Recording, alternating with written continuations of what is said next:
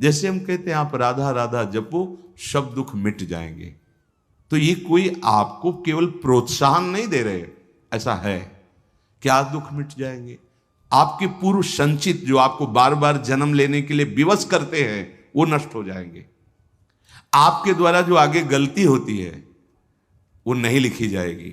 हम मनमानी नहीं कह रहे, आचार्यवाणी शास्त्र के अनुसार कह, अनुलिख्यानंतानपि तदपराधान मधुपतिर महाप्रेमाविष्टस तो परम देयम विंसति तवैकम श्री राधे गृणत ही नामामृत रसम महिमना का सीमाम स्पृशति तो उदास्यक मनसाम। हे लाडली, जो आपका राधा ऐसा नाम उच्चारण करते हैं तो अखिल कोटि ब्रह्मांडों के न्यायाधीश प्रभु हैं, वो उसके संचित कर्मों को भस्म कर देते हैं। और जहां उसके सब कर्मों का विधान लिखा जाता है वो अनुलिख्या, अब लिखेंगे ही नहीं, नाम का प्रभाव। क्योंकि जब राधा राधा राधा तो फिर योगक्षेमम वहाम्य हम, जुम्मेवारी प्रभु की बन जाती है। अब ये सब आपको संभालना है कि क्या, कैसे, कहां, ये आपको संभालना है। मैं आपका हूं, राधा राधा राधा। तो अहम जब तक समर्पित नहीं होता तो त्रुटियां हो जाती हैं। तो अब उसने तो समर्पित का भाव किया, समर्पण प्रभु लेते हैं।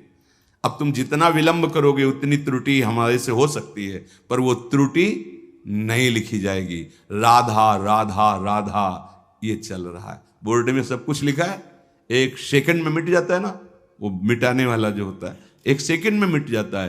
तो अनंत जन्मों के जो हमारे कर्म संस्कार वो राधा नाम से भस्म हो जाते हैं। आगे प्रभु लिखते नहीं, अनुलिख्यानंता। हित सजनी जो है, जो उनके पास रह रहे हैं, उनके हृदय में भी रह रहे हैं। हित स्वरूप सो बिविहिये, बिवि कर बंसी माई, सखी स्वरूप सखीन में ये हित निकट रहाई। हृदय में एक दूसरे के प्रेम रूप में, वो कह रहे नहीं लिखते। अनुलिख्यानंतान, अनंत अपराध नहीं लिखते। तो बात तो हमें शास्त्र, तस्मात् शास्त्रम प्रमाणम, हमें मन की बात नहीं, हमें शास्त्र की बात माननी है। ये केवल राधा नाम वर्तमान के दुख को मिटाने के लिए नहीं है। ये जो हमारा पूर्व में हो गया वो सब मिटेगा। जो भविष्य में हमसे गलती होगी वो लिखी नहीं जाएगी, और जो वर्तमान में दुख है उसे भोगने की शक्ति मिलेगी। शब्द याद करो, तुम्हारा जुकाम बुखार ठीक होने, वो तो एक टेबलेट में ठीक होने वाली बातें है। वे तो शरीर छूटेगा, चाहे स्वस्थ हो चाहे अस्वस्थ हो। बात यह है कि उसको सहने की सामर्थ्य आएगी और आप परम पद के अधिकारी हो जाएंगे। ये अंदर का मलिन स्वभाव की हमारे को इतना चाहिए, नहीं मिला तो राधा नाम में अश्रद्धा, हमारा रोग ठीक हो जाए, तो ये नहीं, रोग ठीक होना बात नहीं। महाप्रभु चैतन्य देव जब यात्रा में, तीर्थ यात्रा में, तो किसी नगर में गए तो सब लोग दर्शन पा करके आह्लादित हो रहे थे। तो एक वासुदेव नाम के जो महानुभाव थे, उनके शरीर में गलित कुष्ठ था, वो चल भी नहीं पा रहे थे। तो ऐसे घसीटते हुए सुना महाप्रभु, तो उनके दर्शन के लिए, अब उनको बहुत विलंब लगा, शरीर पीड़ा से युक्त और ऐसी बदबू आती, ऐसा पीव। तो बड़े कष्ट, जब वहां पहुंचे तो पता चला महाप्रभु चले गए। बहुत विकल हुए और रो रो के पुकारने लगे, प्रभु हमारे कितने दुर्भाग्य कि आप हमारे नगर आए और मैं आपको देख नहीं पाया, बहुत दुर्भाग्य। और चिल्ला चिल्ला के महाप्रभु के कदम रुक गए, स्वयं प्रभु ही हैं, लौट पड़े, आए, सब आश्चर्य हुआ उसकी पुकार। जो खास बात बता ले जा रहे उसे ध्यान देना। आए और जो ही देखा, महाप्रभु को देख के चिल्ला चिल्ला के और रोने लगा। बड़े करुणा में प्रभु, बड़े करुण। महाप्रभु आए और उसे गले लगा। ओ नहीं प्रभु दूर रहो, बहुत ओ पी वो सब। महाप्रभु ऐसे गले से, जेव ही गले से लगाया, अब तो सब खत्म, कुष्ठ खत्म, पीप खत्म, सब। जानते हो उसने क्या कहा था महाप्रभु से? आप हमें वैसे ही करो। नहीं प्रभु नहीं, मुझे ये स्वस्थ शरीर नहीं चाहिए, सुंदर शरीर हो गया, मुझे ये नहीं चाहिए, क्योंकि ये आपसे विमुख करके फिर विषयों में फंसा देगा, फिर मेरी दुर्गति होगी। नाथ मुझे पुनः वैसा ही कर दो जिससे मैं आपको पुकार पुकार कर रोते हुए शरीर त्यागूं। समझो कुंती जी क्या कह रहे हैं, जिनके सामने भगवान खड़े हैं, भगवान का नाम समस्त दुखों को मिटाने वाला, और स्वयं सुख समुद्र भगवान से कह रहे मुझे विपत्ति दीजिए, क्योंकि जब जब विपत्ति हुई है तब तब हमारा चित्त आप में तन्मय हुआ है और देखा है कि आप अभय देने के लिए दौड़ते हुए हमारी तरफ आ रहे हैं। आज विपत्ति गई और सिंहासन पर महाराज युधिष्ठिर विराजमान, तो आप जा रहे हैं पीठ करके, प्रभु मुझे ऐसी संपत्ति नहीं चाहिए। भाव को समझो, जब आप भजन करोगे तो आपके भी मन में आने लगेगा, नहीं शरीर स्वस्थता चाहिए, नहीं अनुकूलता चाहिए, नहीं व्यवस्था चाहिए। नाथ जो व्यवस्था जो अनुकूलता आपको भुला दे मुझे नहीं चाहिए, ये हृदय होने लगेगा। अगर महापुरुष अपने हृदय की बात न बताए तो बाहर कोई जान ही नहीं सकता। भाई जी कहते जिस समय भयंकर पीड़ा का समय, तो आए युगल सरकार और बोले काहे को यहां दुख पा रहा है, चल मेरे साथ वृंदावन। बोले वह ले गए और उस आनंद सिंधु में डुबो दिया। जो पद रत्नाकर में लीलाएं गाई है ना, उसके पहले ही गए कि हमें ले गए। और तो जीवन का क्या फल है, अपने अंशी अपने स्वामी प्रभु को प्राप्त कर लेना। अब किसको दुख हो रहा है, ये जड़ शरीर है। चैतन्य धन सच्चिदानंद प्रेम स्वरूप प्रभु ने मन को अपने में लीन कर लिया। अब दुख किसको रहा, बाहर देखने में आपको लगेगा शरीर बड़ा दुखी है, चल नहीं पा रहे, कष्ट है, ऐसा आपको लग रहा है। जो मन दुख का अनुभव करने वाला है वो तो परम सुख सिंधु में विलीन हो गया। ये बात समझनी, ये भक्ति मार्ग, ये परमार्थ मार्ग शरीर स्वस्थता के लिए नहीं है, स्वरूप स्थिति के लिए है। प्रारब्धानुसार दुख या सुख की परिस्थितियां आवे, उनको धैर्य पूर्वक भोग लो और भगवान की प्राप्ति करो। तन साथ नहीं दे रहा, ये धन तो बहुत दूरी की वस्तु है, स्वजन भी बहुत दूर की वस्तु, कौन साथी, यही विवेक नहीं बैठ रहा। वर्तमान को, भोगों को, संबंधों को सत्य मानकर उल्लसित होकर एक एक श्वास व्यर्थ चिंतन, व्यर्थ किया, व्यर्थ भोगों में, ये आसुरी प्रवृत्ति, ये कुमति सर्वनाश कर रही है। मोघ आशा मोघ कर्मणा, व्यर्थ की आशाएं, व्यर्थ के कर्म, व्यर्थ की वार्ता, व्यर्थ की चेष्टा। सावधान हो जाइए, एक एक क्षण आपको डर लगना चाहिए। हमारी श्वास खाली गई, पता नहीं अगली है कि नहीं, सच्ची सच्ची। वो आपको अभी प्रमाद स्थिति के कारण नहीं लगता, नहीं, एक क्षण भी अगर ऐसा आभास होता है कि भगवत चिंतन क्या छूट गया क्या, तो लगता है कौन से सुख के लिए, किस बात के लिए, अरे ये जो श्वास गई ये व्यर्थ गई, अब इसका क्या, आगे कितनी श्वासें रह गई मुझे पता नहीं। और अगर ये ढिलाई बनी रही तो पता नहीं खाली श्वास में ही हमारा शरीर पूरा हो। जो हमें ढिलाई किए हुए हमारी श्वासें बीच बीच में खाली जा रही, तो खाली श्वास में हमारी नहीं नहीं, सावधान। श्वासा श्वासा नाम जपे तो दुविधा रहा है न कोई। भगवत साक्षात्कार में कोई दुविधा नहीं यदि हर श्वास में नाम चल रहा है। ये जो हमारी वृत्ति है, मन है, ये इसमें फंसाता है। शरीर छूटने पर क्या होगा, कौन साथ जाएगा। ये माया सब विस्मृति के गर्त में डालती जाती है। बड़े बड़े चक्रवर्ती सम्राट कहां हैं, कहां है उनका वैभव, उनका शासन, उनका वो प्रभाव, सब विस्मृति के गर्त में। सावधान। हरिराम व्यास जी कह रहे हैं, ये माया मोह बंध्यो जग बूढ़त काल नदी की धार। माया मोह में डूबा हुआ इस काल नदी के प्रवाह में जो जो भी आता है, डूबने वाले का संग करना बड़ा खतरनाक है।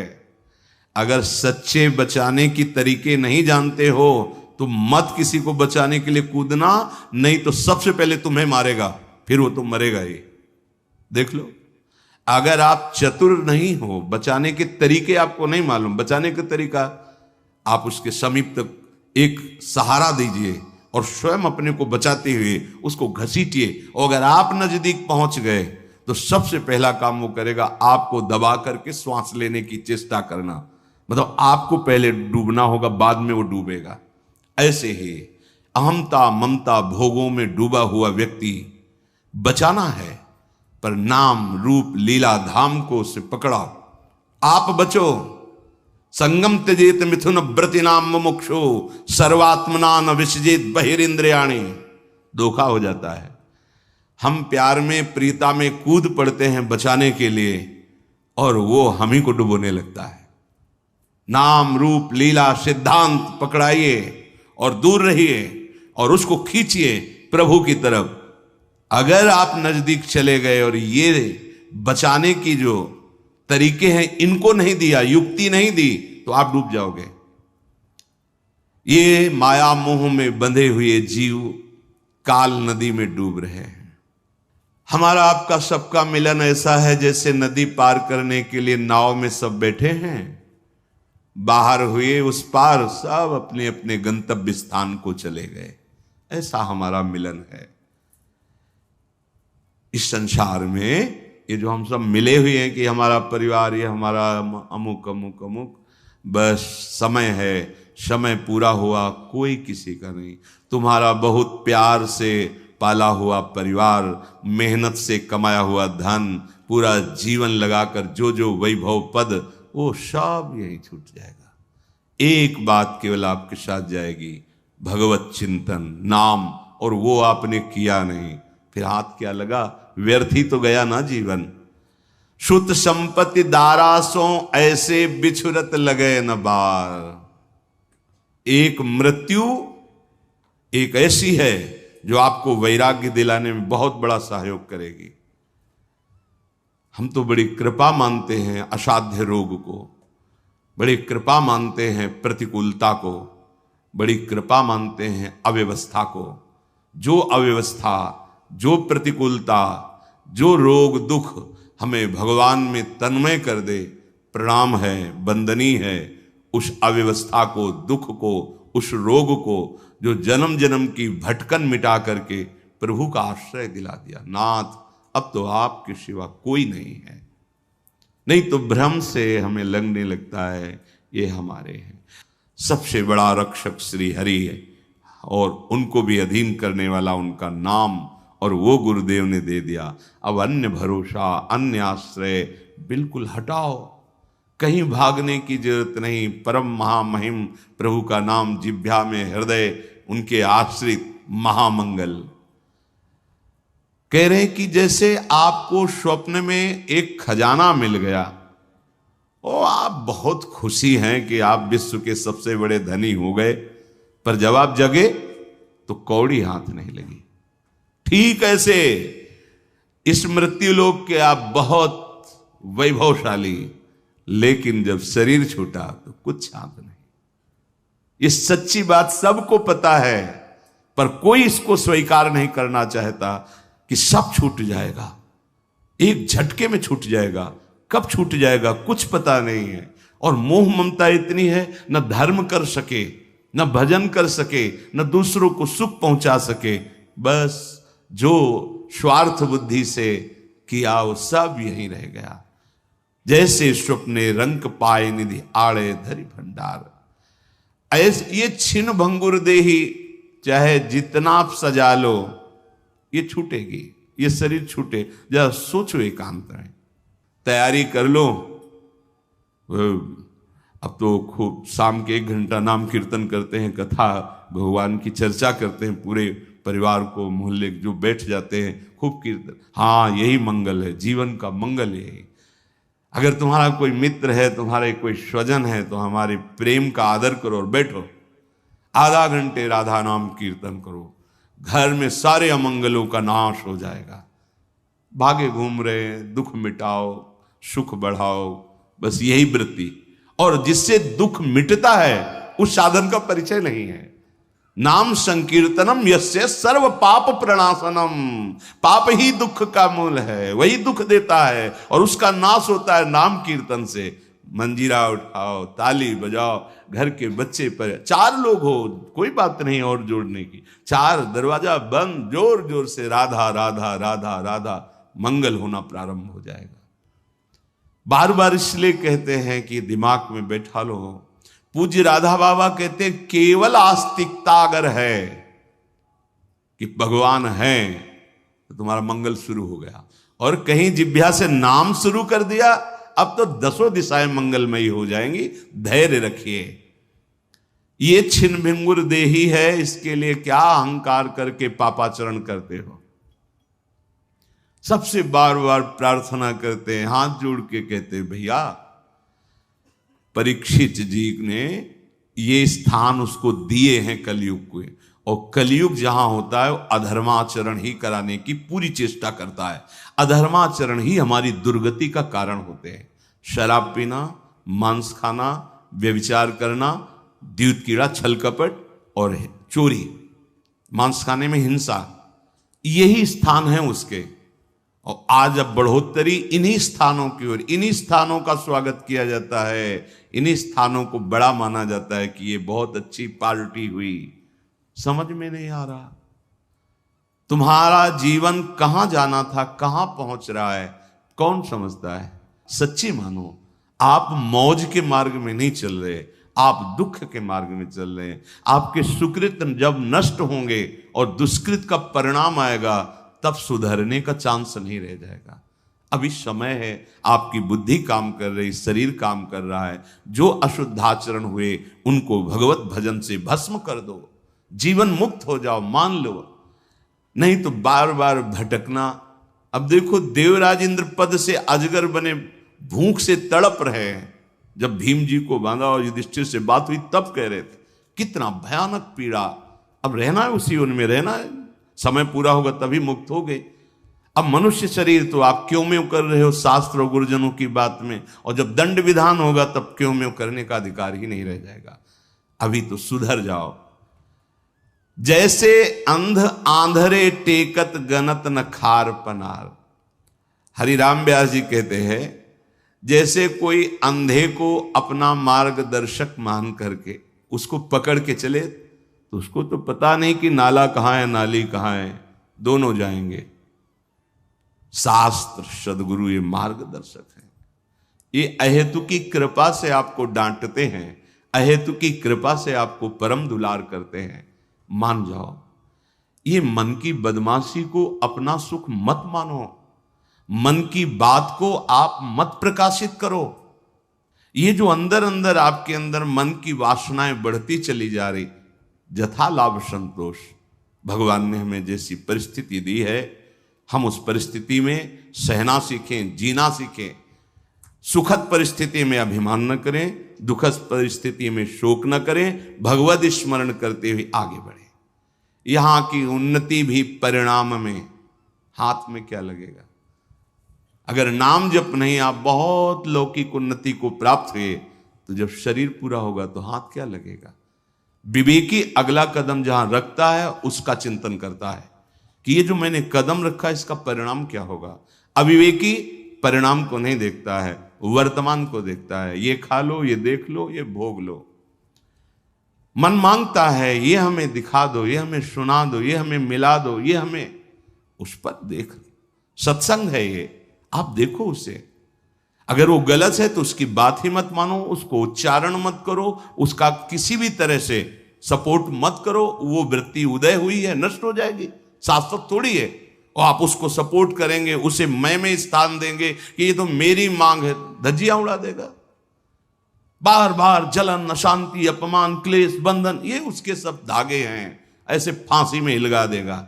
विषय चुगा जिन चुगे मन चुगत कचुक सुख होए, फिर फांसी ऐसी लगे तेषम दुख न को।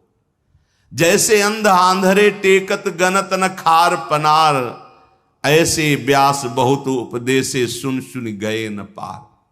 हरिराम व्यास जी कह रहे जो भगवत लीला का रसास्वादन करने वाले महापुरुष जन हैं, वो कृपा करके उपदेश दे रहे हैं, पर लोग सुनते हैं पर आचरण में नहीं उतारते। अगर सुनकर आचरण में उतार लो तो पार हो जाओगे। सुन करके आचरण में नहीं उतारा तो भले दूसरे को सुना दो, काम बनने वाला नहीं। सुनो, मनन करो, आचरण में उतारो। ये मन विषय चिंतन करने वाला शत्रु है, भगवत चिंतन करने वाला मित्र है। ये मन विषय चिंतन करने वाला बंधन है, भगवत चिंतन करने वाला जीवन मुक्त है। सारा खेल इसी मन के ऊपर है। आपको इस मन को भगवदाकार बनाना है। यही जन्म, यही अवसर मिला है।